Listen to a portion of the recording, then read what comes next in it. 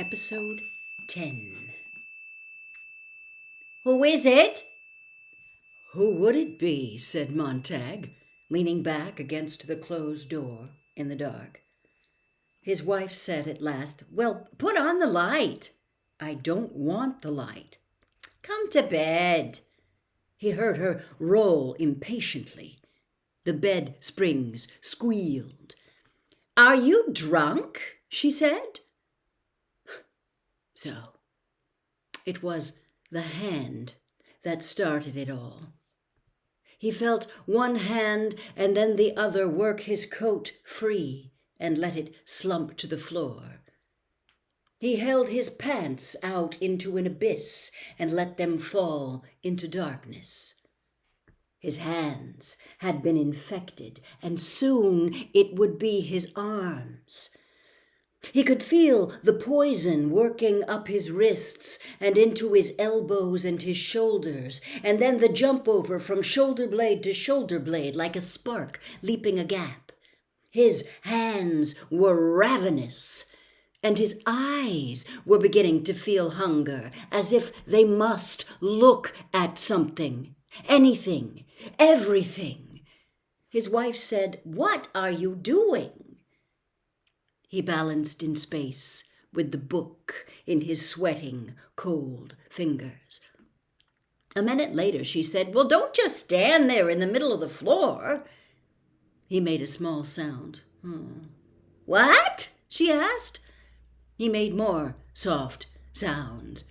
He stumbled toward the bed and shoved the book clumsily under the cold pillow. He fell into bed, and his wife cried out, startled. He lay far across the room from her, on a winter island separated by an empty sea. She talked to him for what seemed a long while, and she talked about this, and she talked about that, and it was only words, like the words he had heard once in a nursery at a friend's house.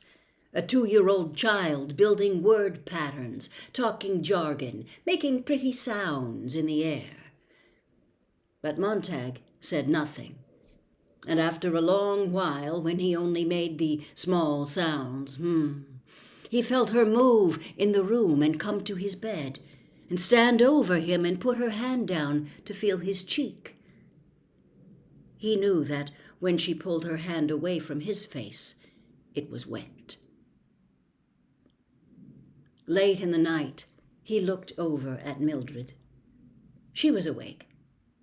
There was a tiny dance of melody in the air. Her seashell was tamped in her ear again, and she was listening to far people in far places, her eyes wide and staring at the fathoms of blackness above her in the ceiling. Wasn't there an old joke about the wife who talked so much on the telephone that her desperate husband ran out to the nearest store and telephoned her to ask what was for dinner? Well then, why didn't he buy himself an audio seashell broadcasting station and talk to his wife late at night? Murmur, whisper, shout, scream, yell? But what would he whisper? What would he yell? What could he say? And suddenly she was so strange he couldn't believe he knew her at all. He was in someone else's house, like those other jokes people told of the gentleman, drunk, coming home late at night, unlocking the wrong door, entering a wrong room and bedding with a stranger, and getting up early and going to work, and neither of them the wiser. "Millie," he whispered. "What?" I didn't mean to startle you. What I want to know is, well, when did we meet? And where?" "When did we meet for what?" she asked. "I mean, originally." He knew she must be frowning in the dark. He clarified it. "The first time we ever met, where was it? And when?"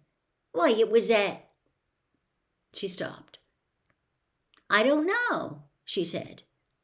He was cold. "Can't you remember? It's been so long. It's only 10 years, that's all. Only 10. Don't get excited. I'm trying to think." She laughed an odd little laugh that went up and up. Funny! How funny not to remember where or when you met your husband or wife. He lay, massaging his eyes, his brow and the back of his neck slowly. He held both hands over his eyes and applied a steady pressure, as if to crush memory into place. It was suddenly more important than any other thing in a lifetime that he knew where he had met Mildred. It doesn't matter. She was up in the bathroom now, and he heard the water running and the swallowing sound she made. No, I guess not, he said.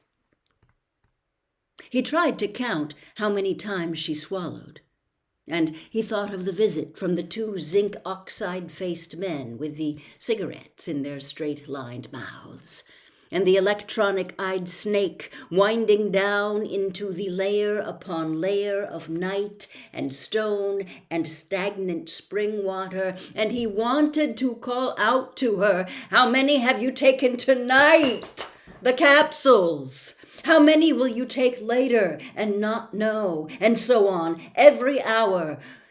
Or maybe not tonight, tomorrow night, and me not sleeping tonight or tomorrow night or any night for a long while now that this has started. And he thought of her, lying on the bed, with the two technicians standing straight over her, not bent with concern, but only standing straight, arms folded. And he remembered thinking that if she died, he was certain he wouldn't cry. For it would be the dying of an unknown, a street face, a newspaper image, and it was suddenly so very wrong that he had begun to cry. Not at death, but at the thought of not crying at death. A silly, empty man near a silly, empty woman, while the hungry snake made her still more empty. How do you get so empty, he wondered. Who takes it out of you? And that awful flower the other day, the dandelion, it had summed up everything, hadn't it? What a shame. You're not in love with anyone. And why not? Well, wasn't there a wall between him and Mildred when you came down to it? Literally, not just one wall, but so far 3, and expensive too. And the uncles, the aunts, the cousins, the nieces, the nephews that lived in those walls. The gibbering pack of tree apes that said nothing, nothing, nothing, and said it loud, loud, loud. He had taken to calling them relatives from the very first. How's Uncle Louis today? Who? And Aunt Maud? The most significant memory he had of Mildred, really, was of a little girl in a forest without trees. How odd. Or rather, a little girl lost on a plateau where there used to be trees. You could feel the memory of their shapes all about, sitting in the center of the living room. The living room. What a good job of labeling that was now. No matter when he came in, the walls were always talking to Mildred. Something must be done. Yes, something must be done. Well, let's not stand and talk. Let's do it. I'm so mad I could spit. What was it all about? Mildred couldn't say. Who was mad at whom? Mildred didn't quite know. What were they going to do? Well, said Mildred, wait around and see. He had waited around to see. A great thunderstorm of sound gushed from the walls. Music bombarded him at such an immense volume that his bones were almost shaken from their tendons. He felt his jaw vibrate, his eyes wobble in his head. He was a victim of concussion. When it was all over, he felt like a man who had been thrown from a cliff, whirled in a centrifuge, and spat out over a waterfall that fell and fell into emptiness and never quite touched bottom, no, not quite touched bottom. And you fell so fast you didn't touch the sides either, never quite touched anything. The thunder faded. The music died. "There," said Mildred.